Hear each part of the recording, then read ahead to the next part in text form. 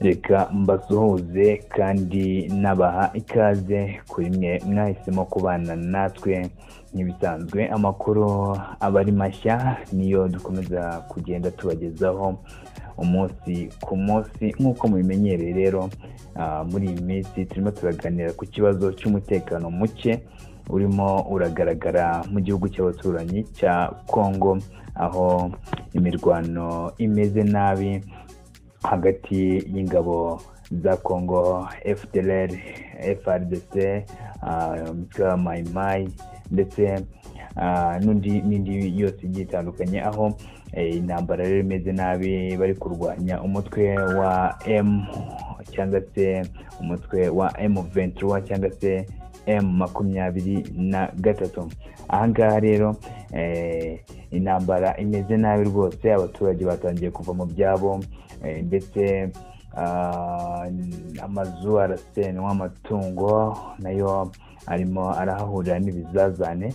Wakibaza uti rero bigeze kuri iyi nshuro, niba ari ubwa mbere ugeze hano, nta kindi ugiye gukora no gukanda subscribe gusa kugira ngo unyereke ko tuba turi kumwe mu biganiro byose ngenda nkora umunsi ku munsi. Reka nkushimire niba umajije kubikora, uri umuntu w'agaciro, yego wakoze cyane.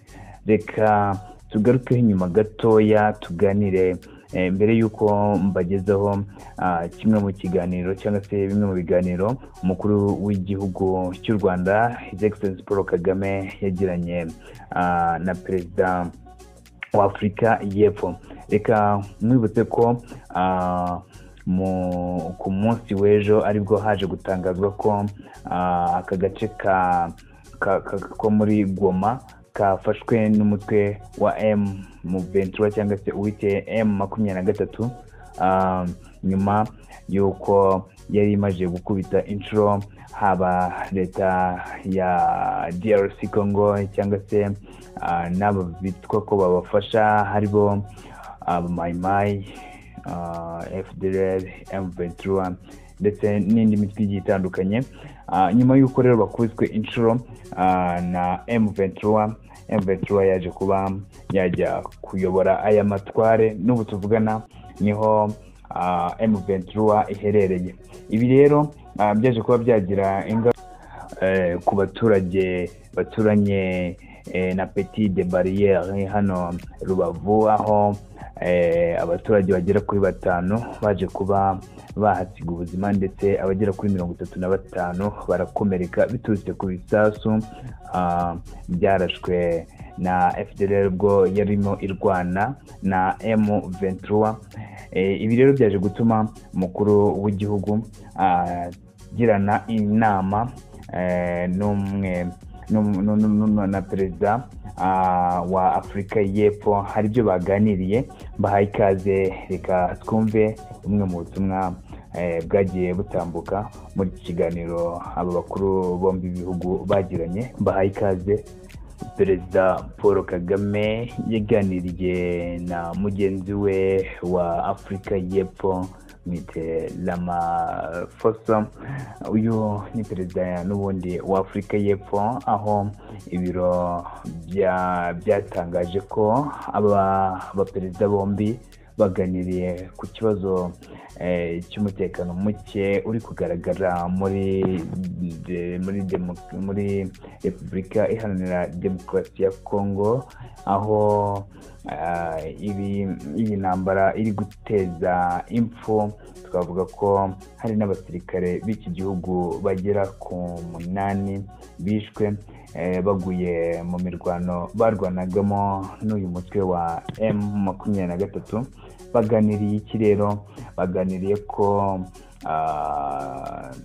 ku mpande zombi iki kibazo kireba bagomba kuganira mu buryo bw'amahoro kugira ngo hakemurwe iki kibazo cyangwa se hasubireho amahoro, mu mutekano ugaruke hano muri aka gace ka Goma, kuko abaturage benshi barimo barahaburira ubuzima, abandi imibereho ikagomeza kurushaho kuba mibi. We na perezida Ramaphosa baganiriye ku kibazo giteje impungenge Afurika muri rusange, bibaza ukuntu ese iyi mitwe yombi cyangwa se iyi mitwe iri muri kano gace ishobora kuba yagabanyukayo mu buryo bwo kugira ngo iyi Kongo ikomeze gutahwa n'amahoro. Ariko ntabwo byoroshye. Ikintu gisabwa ni ukuba aba bombi bahura nyine bakaganira, hakarebwa ese n'iki cyakorwa. Ku ruhande rumwe abantu bakomeza kwibaza ese iyi M23 izemera kujya mu biganiro na leta cyangwa izakomeza kwigumura ikomeze kurwana ishaka gufata aka gace ndetse n'utundi duce, dore ko mwanabyumvishe neza ko iyi M23 iri gukontorora n'ikibuga cy'indege kiri hano hafi rwose Goma. Ni ibintu bitoroshye, ni ibintu abaturage bakomeza nyine kuburiramo ubuzima kenshi. Intambara burya ntabwo isenya, ntabwo yubaka, ahubwo irasenya, dore ko hari na bamwe mu basirikare, haba ba leta, haba n'aba ba M23, haba abo muri FARDC, haba muri no mu yindi mitwe igiye itandukanye nk'aba mayimayi, aho hose abantu bagenda barushaho kuhaburira ubuzima. Ntabwo byoroshye rero ku mpande zombi. Ikintu giteganyijwe ni ukuba hakorwa ibiganiro, tukareba niba haboneka amahoro muri kano gace, dore ko babiganiriyeho ndetse bakaba bari gutegura inama cyangwa se umuhuro wahuza aba bombi bakaba baganira. M23 ikaba yasubira mu birindiro byayo ndetse n'igisirikare cya leta nacyo kigasubirana aho twakita ko ari mu gace kaho, bagakomeza kubana mu buryo bw'amahoro. Reka mwibutse ko izi ntambara zikunda kuba akenshi buri mwaka. Ubundi iyi ntambara ikunda kuba cyane cyane, abantu benshi batekereza ko ari ugupfa amabuye y'agaciro ndetse n'ubundi butunzi buboneka muri kariya gace. Ese koko byaba ari ukuri cyangwa haba hari ikindi kigamijwe? Ese M23 yabigamije ayo mabuye y'agaciro cyangwa yaba igamije uyu mujyi kuba yawikubira ikawugumana? Ibindi byose tuza tugomeza kubirebera hamwe, dore ko amakuru mashya yo agenda asohoka buri munsi, buri munota, buri segonda. Tuba turi hano ngo tugire byinshi tubabwira. Reka mwibutse ko ubu muri DRC Congo amahoro yego ntabwo ari meza, ariko kuri ubu ngubu nta rusaku rw'amasasu menshi ruri kumvikana muri kano gace.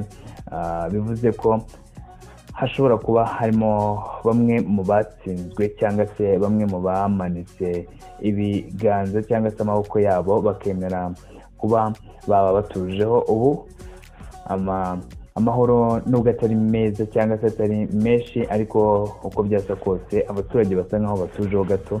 Nihaza kugira ibindi bigenda biba cyangwa se izindi mpinduka zigenda zigaragara, turaza kugenda tubamenyesha. Mwibutsa ko ugomba gukanda subscribe kugira ngo tujye tubana no mu bindi biganiro bigiye bitandukanye, ndetse no gukanda subscribe uriya ni ukunshyigikira, ukanyereka ko turi kumwe. Ciao ibiganiro byo natugaruka nawe njye mwabanye na Kedrick. Reka tuze gusubira mu bindi biganiro.